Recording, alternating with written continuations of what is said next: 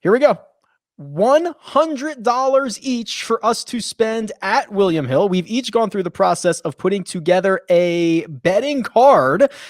We can divvy that money up however we like, whether it's matchups, outrights, first round leaders, get a little freaky with it. And we're going to keep track of it throughout the year. So Greg, real quick, how was this difficult? How did you enjoy this process?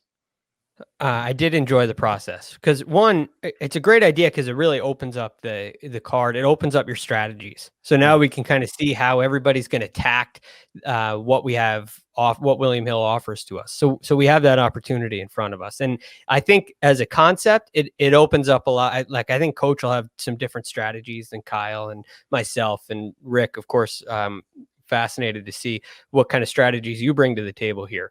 But I always like to pick on the weak cornerback in an off. That's my strategy. I like to take the easy ones, and I like to just claw away at them. So my first one, and I went pretty heavy on this. Half of my allotted units, 50 units, went to Lonto Griffin, and it's Lonto Griffin to finish in the top 20. There's 42 players. He's got to come in the top half. And I put 50 on it at plus 150. So 50 to win 125. I think it's a great number. I think Lonto Griffin is as steady, as consistent as it gets. And I think the course is a really good fit for him. What I feel good about having half your money on Lonto Griffin.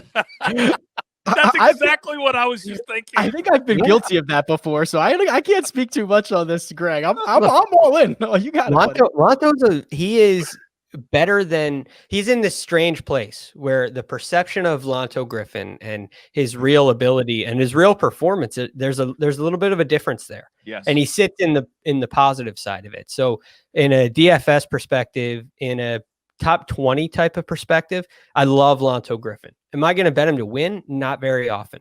Maybe never. But I love when I have this kind of wide range and I can get a number like plus 150. So I think Lonto Griffin top 20 finish is, as we used to say, my best bet of the week. Greg is spending too much time with me with the Lonto Griffin takes. The rest of Greg's card is Hideki Matsuyama top 10 finish at plus 110. He put 20 on that. Joaquin Niemann top 10 at plus 230. He put another 20 on that.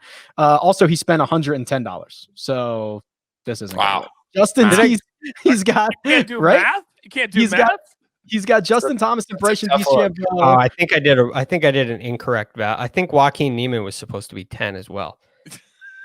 Already out of the gate, he spends half his money and then tries to make it up on the back end by breaking the rules. There's a couple of errors here. So I have on my personal screenshot here, I have 50 on Lonto, I have 20 on Hideki, I have 10, and then I have 10, 10, 10. So that is 100. So I have 10 on JT or Bryson. That's a cool one, I think. JT or Bryson to win double chance plus 350. I put a little bit on that, and 10 on Bryson plus 120 over Dustin Johnson. So I'm in the math. The math is right there. So now we've got 100. Obviously, Greg, big believer in Lonto and Bryson this week. Right, that seems to be the trend here. Yeah, I really like the distance, so I think that's going to be an advantage for him. All right, let's pull up Coach's betting card, and I'll run through this real quick, Coach, and then you can give me your thoughts on it. We've got a Dustin Johnson top 5 at plus 138. That's 15 of your 100. Dustin Johnson and Justin Thomas, a couple of big boys in a double chance, either one of them to win at plus 260, 10 on that. Kevin Kisner in a matchup against Sergio Garcia. I love that. I'll tell you what, you put those two guys together, they'd be one hell of a player. 25 to win 23. Cameron Smith over Mark Leishman. This also made my card, Coach. And then Patrick Reed over John Rahm. So talk me through your thoughts here. So my thoughts is I want to do a combination of enough really good bets that I can talk trash every week, but also a lot of bets I really, really feel good about it that are going to come in. I also wanted some plus money, but also William Hill. And it's just not because we're partners with them. I've never seen on any other book, and maybe because I haven't bet on a lot of different books, I've never seen the double chance before. And I loved having the chance to pick two winners in one bet. I don't see that a lot. So I wanted to throw that in. I saw Greg did that as well. And then also when it comes to the matchups, Kevin Kisner's hot. I picked guys that are hot. Cameron Smith, second at the Masters. And I think Patrick Reed just loves this course. We've talked about it. I think he's hungry to prove a point. That's how I came to my matchup bets. And I'm always going to put the most units on my matchups. Yes, that's certainly the safer way to do it. I love the double chance as well. You have to be a bit careful. I think you're good here, but I was looking at, William Hill had Hideki and Patrick Reed double chance, and it was like 7.5 to 1, and you would have been better off splitting the bet and betting them individually. You got to look at it. You got to do the math. Pay attention. Pay attention. I'll go to my card here, producer Jacob, because I actually have one of the bets that Coach did as well, which is Cam Smith over Mark Leishman. Those two have taken divergent paths over the course of 2020, and especially since the restart. Cameron Smith trending up and to the right, Mark Leishman trending down and to the right. And then I went with a couple of outrights. So I don't know. And KP, I'll be interested to see what you do here. I've got Hideki to win at 18 to 1 and Patrick Reed to win at 16 to 1. I'm going for big chunks here, right? The matchups can keep you alive, can build you week over week, but if I come out of the gate, it'll help the old bankroll. Why is Ryan Palmer is that right? 20 to 126? So I did the net. I didn't know if producer Jacob wanted like the gross or the net. So technically, like if you bet 20 at 2 to 1, in theory, you'd like in the app, it says you get 60 back, which is not true. You'd win 40 on that. 40. So I did net. So I would win 26 on that. So why didn't Greg say Lanto was 50 to 125 or something? I think his numbers might have been. Well, no, then he netted it out, and it was maybe that number was wrong. So we had Lanto at 50 to win 55. It would actually be to win 75. Yeah, right. We did. Okay, that was gross. I had the gross in there, I guess, right? We did not do the potential payout, is what they'll call it in the bookmaker. So just the true net. Okay. I wanted to avoid this, so I didn't put anything on mine. I didn't put 20 to win anything because I knew I'd be confused.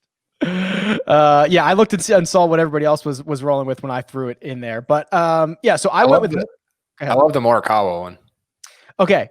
Greg and I talked about this on Monday. I think Morikawa is arguably the most undervalued DFS guy this week. Because listen, and Kyle, you're here. We didn't talk yesterday. Let's talk about this.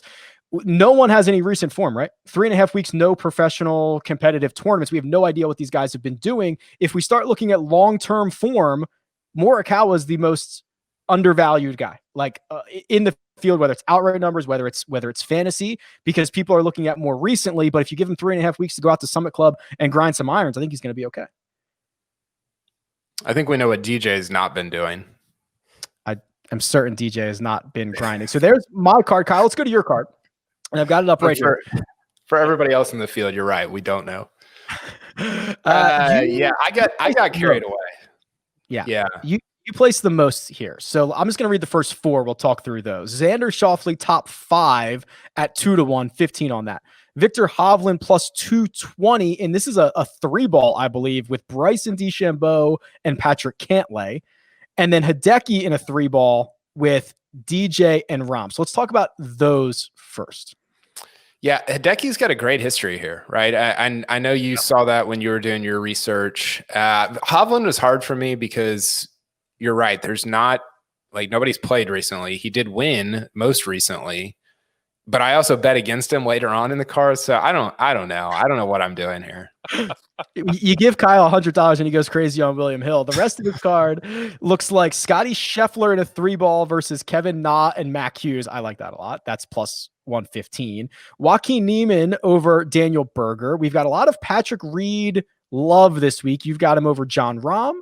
And then you have Bryson over DJ. Let's talk about that one specifically. So you're getting plus money on Bryson DeChambeau. You laid 15 of your $100 hairs on big, beefy Bryson. Yeah, this is less about Bryson and more about, like, DJ missed the cut at Colonial after the restart, right? Because he had been on his boat and not playing golf. And I don't know, maybe he has been playing golf, but this is more a bet against DJ, even though he has played well here in the past. So maybe that's a bad argument. But I know Bryson's been grinding. We see him in the Chris Como's living room every other day. And did you see what he did today? See? Okay. He was hitting putts about an hour and a half ago on the putting green, and he had someone with an umbrella, walking as his putt is rolling towards the cup with an umbrella down at ground level. And the commentary is that he was seeing how much the wind would impact his putts. It is a sight to behold, my friends. Speaking of psychos, there's exhibit 1A. So yeah, I don't, I'm betting on that one. I'm betting more, I think, against DJ than I am for Bryson. Although I'm interested to see how Bryson plays here.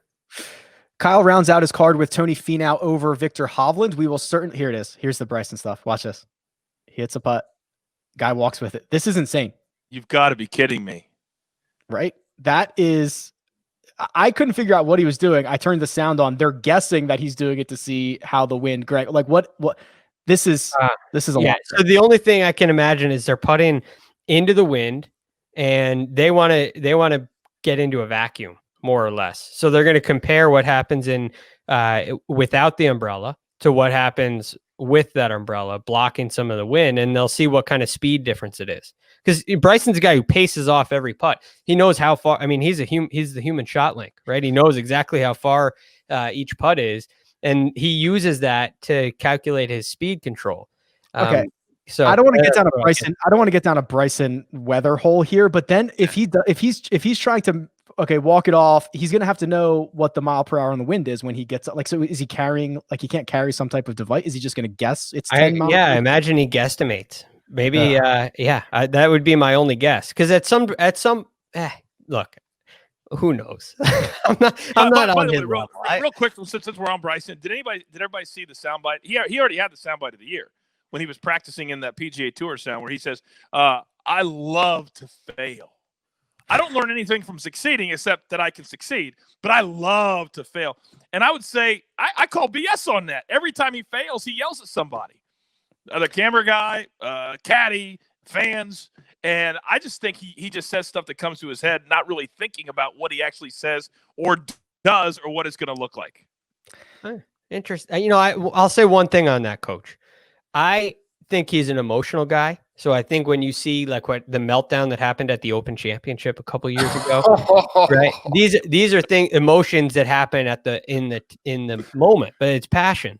But he always comes back from it and he always seems to improve. So maybe he doesn't like it in the moment, but when he sits down and goes back to the lab and figures it out, my guess is that that's what he's referring to. You might be onto something. You might be I always forget about that Open meltdown. I mean, it's his Mona Lisa. It is the paintbrushes splayed all over the range. Him just up against the fence. Just he can't handle the. Oh, it's so good. It's so funny. Well, anyway, we're gonna keep track of those bets all year long. We'll keep a little bankroll and keep track of our results.